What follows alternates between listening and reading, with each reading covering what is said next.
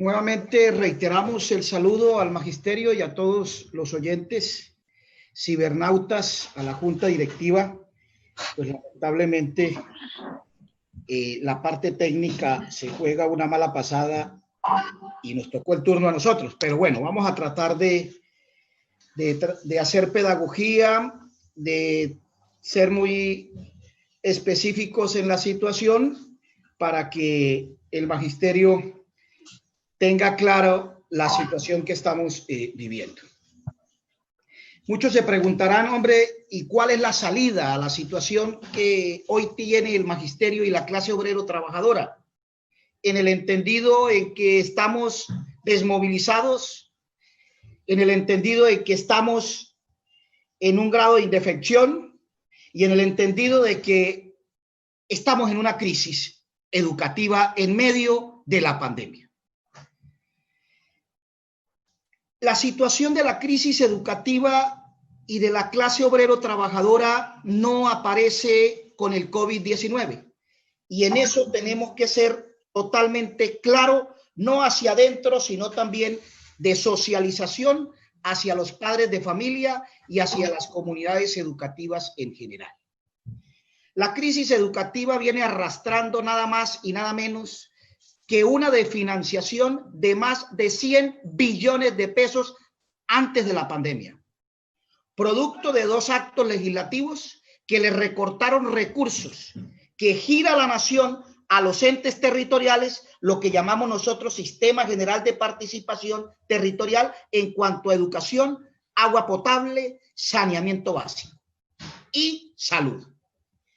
Eso ha llevado como consecuencia a que las escuelas y colegios tengan que administrar sus recursos con las uñas y a que sus gobiernos, gobernanzas escolares tengan que administrar sus recursos con las uñas, porque los recursos que gira la nación los gira per cápita, por alumno atendido de cada ente territorial certificado. Y a eso agréguele la política de concesión de los megacolegios en concesión impuestos e implementados en Cúcuta y los megacolegios en concesión a nivel nacional. Esto de una manera u otra entró en crisis, más de la que teníamos, a las escuelas y colegios porque se dio toda una competencia de rapiña entre lo privado y entre lo público, quien se tomaba o capturaba, en el buen sentido de la palabra, estudiantes para ganar en el per cápita. Esto también trajo como consecuencia la situación que hoy viven las escuelas y colegios, que muy bien lo referenciaron mis compañeros anteriormente. Plantas físicas destartaladas, desfinanciadas y sin servicios generales. Nos vamos al estudio realizado por la Francisco de Paula Santander, donde determinó que más del 70% de las plantas físicas son obsoletas, la parte hidráulica obsoleta, cayéndose a pedazos. No lo decimos nosotros, lo dice la Francisco a través de un estudio realizado y lo referencia el diario La Opinión durante todo este tiempo.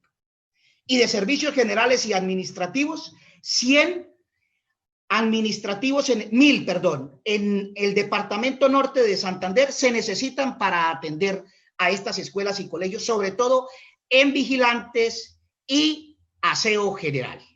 Pues bien, eso ha traído como consecuencia de que cada semana 2 escuelas y colegios, en el caso de Cúcuta, son desmanteladas, son robadas, y la indiferencia del gobierno nacional, departamental y municipal frente a esa situación.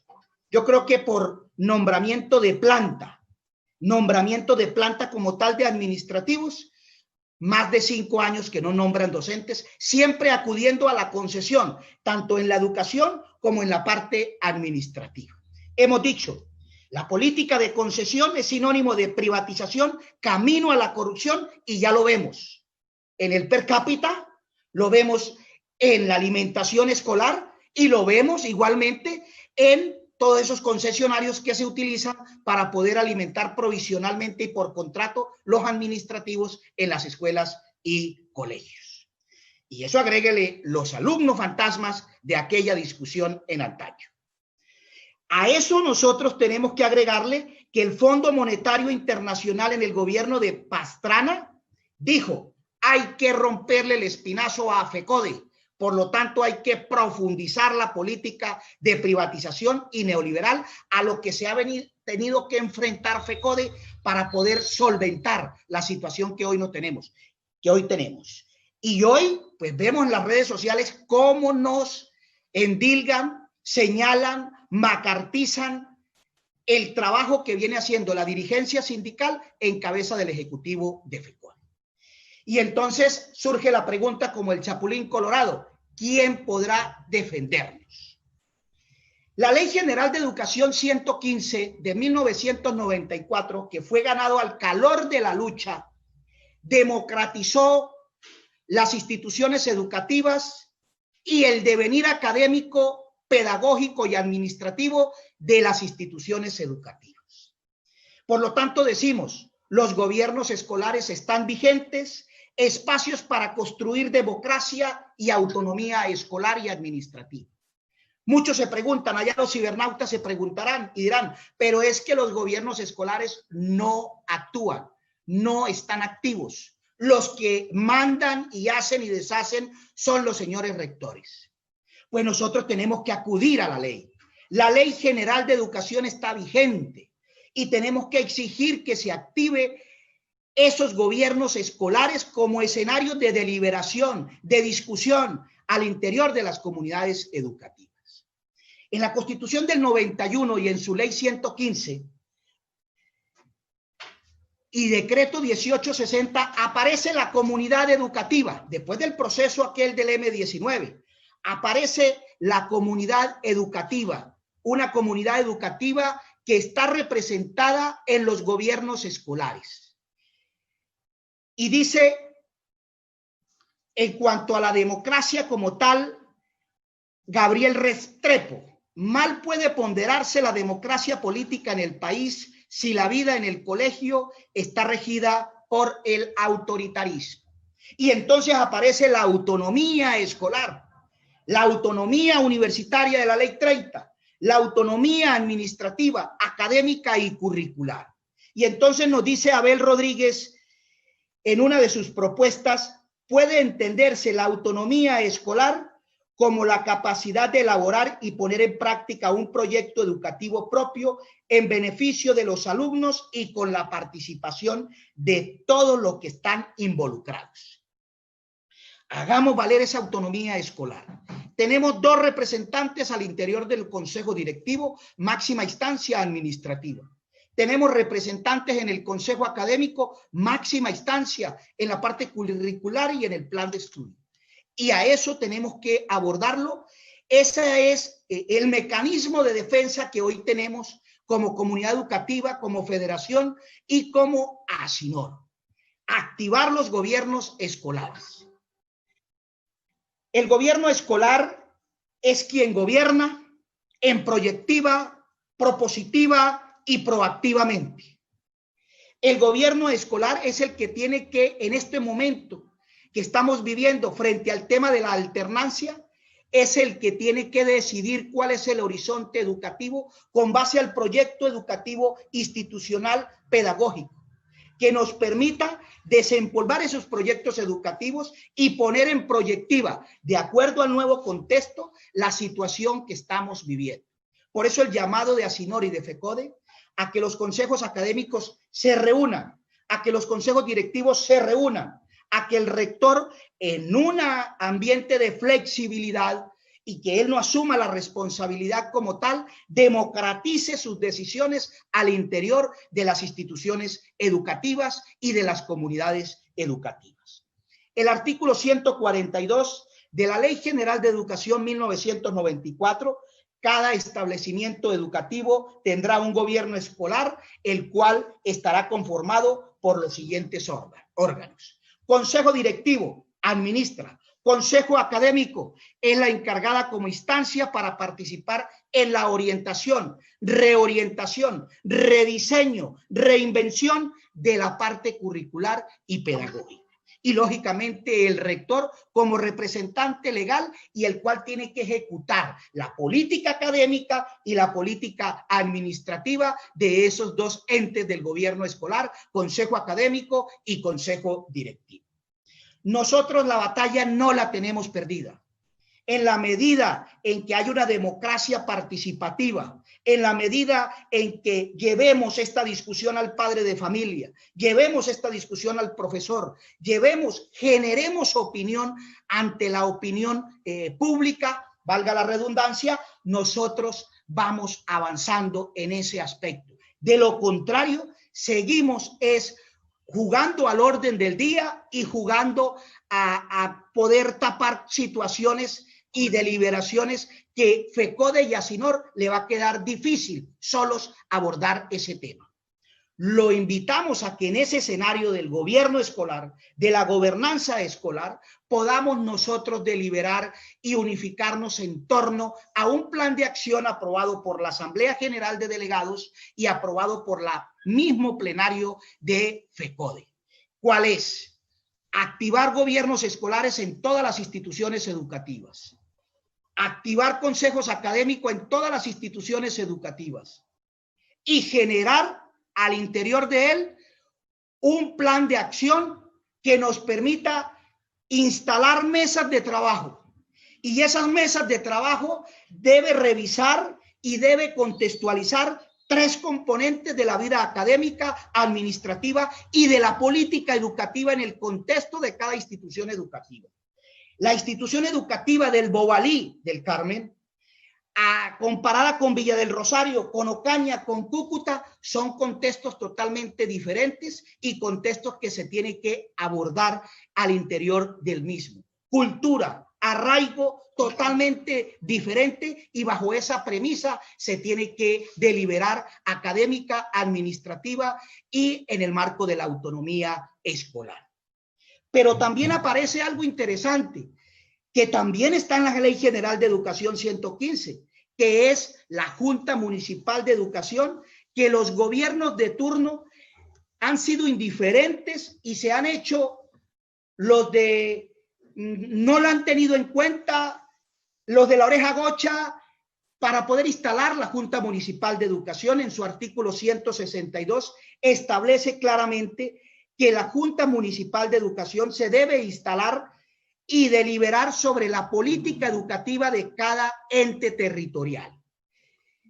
¿Y qué discute? Pues ellos discuten allí precisamente el objeto primordial de la JUME y de la JUDE es que es de carácter consultor permanente, el de verificar que las políticas, objetivos y planes y programas educativos nacionales, departamentales y municipales, en negrilla, cumplan cabalmente con esa política educativa.